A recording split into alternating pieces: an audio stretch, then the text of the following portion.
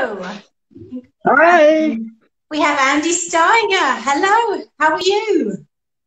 I'm fine. Thank you very much. How are you, Tora? I'm very well, thank you. I'm Great. all the more pleased for seeing you because this is my first hosting experience. So I did worry that maybe I'd get your voice and not your face, or your face and not your voice, but we've got both. So that's a great start. Oh, Yeah, because I am always not very used to do video conferences. So I'm very happy that it worked just excellent. by clicking one button. Well, we try and make it as easy for you as possible. You know, it's all down to me. Brilliant. So you are over in Germany, is that right? Yes, in the near of Stuttgart, if you know this. That's It's in the down south of south. Germany. Okay, and what's the weather like there today? Very lovely weather. Very Yeah, sunny. Yes, it's very nice. good. Well, hopefully the sun will shine on this little chat of ours as well. So I think we've got some people. We've got lots of hearts going. So everyone's very excited to hear your interview. So you are the talent behind Targi. Yes. Everybody, I think, has either played it or heard about it. And if they haven't, it is probably one of the most fantastic two-player games I think I have ever had the privilege of playing or found out about, and had the privilege to write about as well. Now, I have had the privilege of having a longer interview with you, but for people who haven't read that full piece, this is just a little snapshot to introduce you and to let you tell gamers about the inspiration behind the game, and hopefully some tidbits about what might be in the pipeline in the future. So in your own words, how would you describe Targi? What is it and what makes it so special? Yeah, we have talked about the tagline for Targi in the written interview. As you have mentioned, I will just repeat it. A reviewer once said the game feels like dancing tango in a phone booth, and that is a little bit, really how the game feels, because you have many moves that you want to do, but you have a limited space, and I think that is the main special mechanic of Targi, that it's a worker placement game for two persons, and if you place a meeple, it's all it affects not only one aspect of the game but many at one moment, because there is an intersection mechanism, and if I place a meeple, I have a potential of 3 cards that I could get, but now the other player comes into my game, because by placing his meeples, everything on the board can change, and it can get very locked up very fast, clocked up very fast, and so it's always very interesting if I can achieve my moves or not. It's tense. It is Very very tense. tense. Yes. It's very tight. That's one of the main reasons why my husband and I like it so much, because it is, I can hear my brain squeaking when I'm trying to work out where I want to put my meeples, where I can put my meeples, and where I don't want my husband to put his meeples. So I agree with that completely. Dancing tango in a telephone booth is, it's the atmosphere and the feeling of that game. And it's a really interesting intersection as well, the triangulation between the meeples. How did you, because it's, so far as I'm aware, it's very unique. I haven't seen that come up in any other game. Where was your inspiration for that? Where did that idea come from? Yeah. My first idea was I wanted to make a two-player worker placement game, and my first main idea was that a meeple will affect 2 or 3 things at once. So my first prototype, you had these rows of cards, and then you could place a meeple above those 3 cards, and you would activate 3 cards in a row. Mm-hmm. And while playing with this idea that was already very interesting, I had a second idea and thought, what if I could place the meeples also on the left of those grid of cards? Then I can activate from top to bottom and from left to right. But by having more meeples, these were very many actions all at once. And so I thought I have to limit it down. And I thought, okay, what about that idea? I can only receive the ability of the card where I place a meeple and where the other one intersects. So the choices are limited, but very tense. And after trying that out, this new idea, it was so much better than just to place a meeple and get 3 things. You now really were limited by those decisions. And I think one secret of a good worker placement game is that the spots are limited. And a lot of worker placement games who are for more people can handle this by having more people. But with 2 people, you need this special tension. And so I thought this intersection mechanism is really very interesting. And I think it's really one of the few games who has it. I'm a little surprised myself that not many other games have picked up those mechanism idea and run with it. That's because everyone would say they're copying Targi. They're copying Andy Steiger. That's why. but I would not be angry if anyone wants to use that mechanic. He's free to use it. You have an open invitation. All you designers out there, Andy Steiger has given you permission to use his intersection.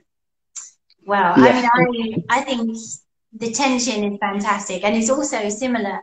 I find that with pick up and deliver games as well, at lower player counts, you need that extra restriction. You need that tension in order to keep the excitement for a 2-player game. Otherwise, it becomes too open. It's too. It becomes just a mechanical process of working through a game. So yeah. I love that. Yes, and tension is one very important aspect of a game, especially in a 2-player game, to keep the tension high. Yeah, and you followed it up with your expansion in 2016, was it? I think. Yes, yes. So you got the Targi, the lady, the expansion. Yeah, I even have my T-shirt. Yeah, there she is. There you go. Look at that. And I mean, that introduced some new elements to it. There was another sort of character, as it were, and some bits and bobs. Do you think that it changed the tension, it changed the gameplay in any other way by expanding it and giving more opportunities? Or was that your intention? Was it to open up the game a little bit? Or do you think it still keeps as much tension by incorporating the expansion into the game? It was very tricky to make to balance the expansion in the right way, because a lot of people, they like the tension in Targi, and some say the expansion now is too wide. I personally don't think it's too wide now, because yes, I added some things that make the game easier, like the Targia figurine. It was for me important that also the women will get a special light in the game. So we have this women Targia figure, but also the sand dunes, so gives you very many new opportunities. They loosen the game a bit, but on other parts, I tightened the game. So like the raids are now much more harder to fulfill. And like the caravan is not there anymore, where it give you always, you could go there. It's replaced by the water hole. So, and I tried by making some things easier. I also tried to make other parts harder. And it was tricky. I worked very long on the expansion Targi only took 3 months, the prototype, and it was finished. And for the expansion, I worked 3 years till I had the feeling now it's the right amount of freshness, of openness, but also of tightness. I suppose you have that added pressure, don't you, when you've got such a phenomenally successful game and you've got a massive fan base build up about that game, and then you're potentially changing the gameplay. So I suppose that 3 years was incredibly well spent. Thanks. It was my intention not to only say, here you have just some new tribe cards and that's it. I thought the expansion, if I would publish it, it must have really have a right to exist.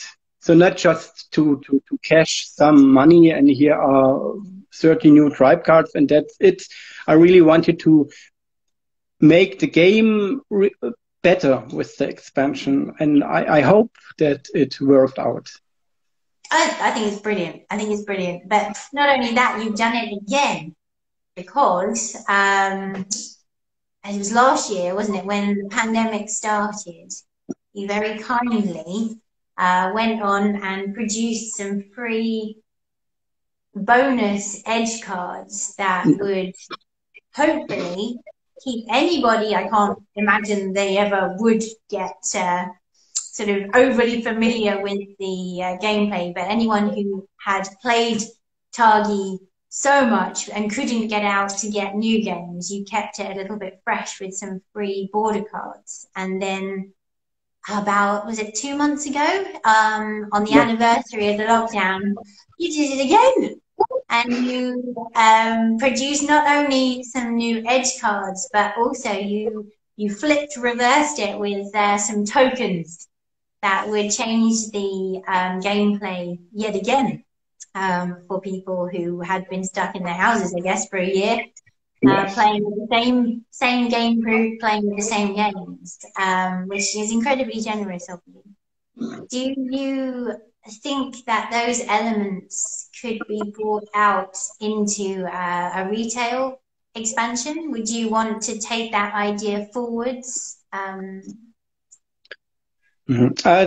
My first and foremost intention really was the idea to cheer up the gamers during this stupid pandemic.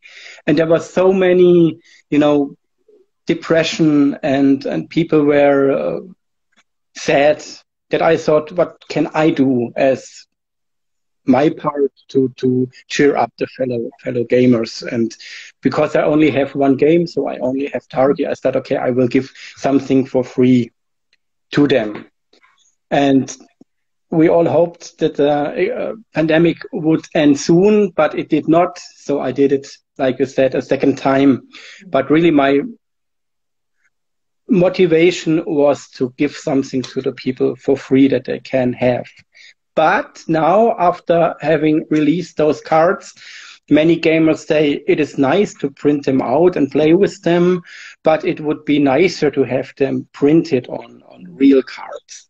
So I think not for me, because I want to have another expansion, but for the gamers, it would be very nice if there would be the possibility to buy them as printed cards.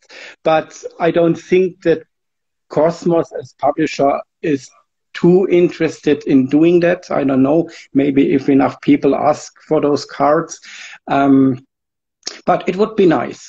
I could have think maybe if you know the BGG store, they have promos. Maybe if the BGG store is interested to produce those cards and to sell them over the BGG store, it would be fine with me. The problem is I made them on my PC, and you see they are not made by a graphic designer. They are not made by the real talent, Franz Vohwinkel, who designed the cards, but I cut the things with my little program, and you can see they are not really nicely done. So there would be this extra step. They're pretty good. So, I mean, I printed them out, and they look pretty good. I would say. They're not 100%. So I think the graphic designer should overhaul them, and then it would be nice for the people if they could buy those people who want them, that they could buy them. For me, it's okay for me to have them printed out. And especially I choose the border cards because it's not a problem if they look a little bit different. If I had made 10 new tribe cards, you would always recognize in the deck, these are the new ones. And so I chose the edge cards specifically because it's not too bad, because they just lay there. They don't get shuffled in the deck. Yeah, I like the Fata Morgana, the change from being able to move your meeple in the center tableau to moving out to the edge. Because that means I use that, or I rely on that to kind of get tribe cards, and now I can't, and it makes it even harder. It makes it even harder, yes. I made some new edge cards who makes it a little easier, but also some that makes it a little harder, and you can mix and match any way you like. So if you want to loosen up the game a little bit, you take the ones to make it a little easier, and if you want to make it a little harder, you take the harder ones. So you can adjust the game to your preferences. Brilliant. And when was your wife? Because your wife was obviously the inspiration behind the original Targi. Did she help you develop the extra edge cards? No, she tried them with me and she played it, and then she gives her feedback. And normally she's a very strict feedback giver. She's not going very easy on me, but it's okay. It's good to have a harsh critic. It's a good thing. But the invention, the ideas there from the base game, the expansion, and now the new cards, they are. I thought of them, but then when they are finished, she tries them and she said it's too strong, it's too weak. Rethink this card, please. But she's not actively working on her own cards. Oh, okay. It's obviously I think from memory, when you designed Targi, you were husband and wife, and you were expecting your first child. That was right, isn't it? Was it your first child or your second child? It was my second son was just born, and my wife had a 3-year-old kid to take care of during the day and the baby to take care of during the night. And because she was my main gaming partner, she said, Andy, I'm too tired to play games. I have to go to bed. The baby will wake up in the night and keep me awake. And therefore, my main gaming partner was gone. I wanted to do board game stuff, but I didn't have a board game partner, because back then I only played with my wife games. I don't had any other gaming friends. And so I thought, how can I use this free time that I now have and still do board game related stuff? And that's why I invented Targi. And the birth of my first son, that's the reason, because we got into gaming. Because then she was pregnant and she said, I'm so tired, I cannot go with you to the restaurant and the cinema and dancing. We were very active. And so then we started gaming. We found some games, we played them. It was a very precious quality time. So both of my sons have helped me. One has pushed me into become a gamer, and one has pushed me into become a game designer. So what will happen if a third child will come? I don't know. Maybe another game. I mean, do you think, obviously now I'm presuming you play games as a family and not just exclusively as a two. Are you drawn now to more family-based games, or is the two-player still the sweet spot for you? Do you like that two-player? I still like two-player very much, because you have so less downtime. It's just you're always planning, always strategizing, and it's so a fast pacing gaming experience. I still like this very much. We play with our kids. It's also very enjoyable because my youngest son, he likes cooperative games very much. We play a lot of cooperative games. I would not do this. Yes. And so it has changed a little bit, but I still design a little bit, not too much, because I'm much more a player than a designer. And my main time, I rather spend playing games of other designers than creating my own. But the things that I work on, they are all two-player related prototype ideas. Oh, yes. So you are working on something. Are we allowed yes. to know, are we allowed to know any details? I don't know if it will come to a publication, but I'm trying because I love Orléans very much. I don't know. You know Orléans, the game? Yes, I know Orléans. Yes, and I'm trying to find a special twist to make a very good deck-building two-player game. But it's still in the works, and we will see if I think it's good enough. Because I for myself have a high standard. I don't want to just publish just another game that is very close to games that are still there. If I want to publish a game, I think it should have really, in German you say Daseinsberechtigung. There must be a reason that this game exists and not just be a copy of games that are already out there. So we will see if it will be published one day. You will be one of the first person, I will tell. Oh, thank you very much.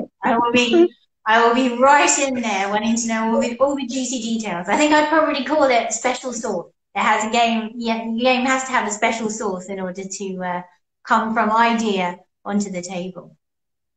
Yes. Excellent. Have your sons bitten the bug? Are they as enthusiastic about board gaming as you, or? We had a very intensive board gaming time. Now my biggest son, he's a teenager now, he's 14. So he shifted a little bit to video games at the moment. And that also pushes the younger one a little away because he likes to play 3 or 4 player very much. And he doesn't like 2 player too much. So we always need to catch the oldest son and say, come on, let's play. And if he has interest, the younger one will chime in. We actually, at the moment, we play a lot of Villainius. Even it's not a cooperative game, but it's a very confrontational game. Mm-hmm. But my kids like to dress up as the character they play. Oh, so my biggest son, he likes Hook and Jafar very much, and then he comes as pirate or he comes as a magician, and then it's very funny. Then we sit there and play, and by adding these little ideas, it is still interesting for them to play, but it's a little a struggle and a fight against video games at the moment. And you've never been tempted by video games? I sometimes play also video games, but then I just want to play all by myself. I don't want to play a tennis match, but when I am on the console, I want to be Lara Croft and search the temples or stuff like that, but not too much. I can see you exploring in your vest and with your backpack on. That's like Indiana Jones, yes. You said that on doing video gaming, you like to play on your own. Do you do any solo gaming when you're board gaming? Do you do any solos? A little bit, but it's more or less just to find out how the colleagues have worked out to implement a solo game experience that is still interesting and challenging. Because I think it is also not too easy to do, because I don't like solo games where you just have to reach like a score, but you have different challenges that you need to overcome. And I like it to try those games out, like what's the game with the little spaceships? Under Falling Skies, I played. I like it very much. And at the moment, I play Aeon's End. Okay, yeah. A solo game. I actually wanted to play it with my sons, but it was a little too complicated at the moment. And so I tried it on my own. It's very hard as a solo game, but it's very interesting. I played very much, and I liked very much. I even designed for Targi a solo variant, which you also can download at BGG.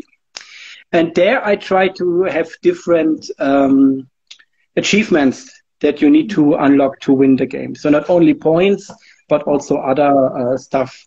And I try to, what I learned from playing these solo games from my co-design colleagues, not co-design, but from the colleagues, I try to implement in the solo variant for Target as well. I hope that works also. Well, I'm a massive solo fan. I haven't actually played, funny enough, the solo version, so I'm going to go on to Board Game Geek when we finish and download the rules for that, because I think that's brilliant. I think certainly the pandemic has already brought out the solo gamer in a lot of people who weren't expecting to have a game group of one. So the fact that designers like yourselves are developing existing games and also developing new games with solo players in mind, I think is great. I mean, you mentioned that you not a huge fan of beat your own score, but you like the automa Yes. mechanism in a solo. Would you ever consider designing a purely solo game, or is it something that you like to have as an addition rather than something that you would focus on as a designer if you did want to design a new game? I think I would mainly add it as an addition because, the personal contact in gaming, having a favorite foe that I can fight against still is, for me personally, the main joy in gaming. Board gaming is for me very much a quality time for me and my partner, or for me and my sons. So I think I would keep that, but as an addition, because I know a lot of people like solo gaming. And so as an addition, I think it's a very good idea to have it as an add-on. Yeah. And I think the publishers, they are implementing it from the start way more than in the past. That is very, very good. That it's from right in the box, it is 1 to 2, 1 to 4 players. I like that. Yeah. I think probably, well, maybe some of that is because of the pandemic and the reaction to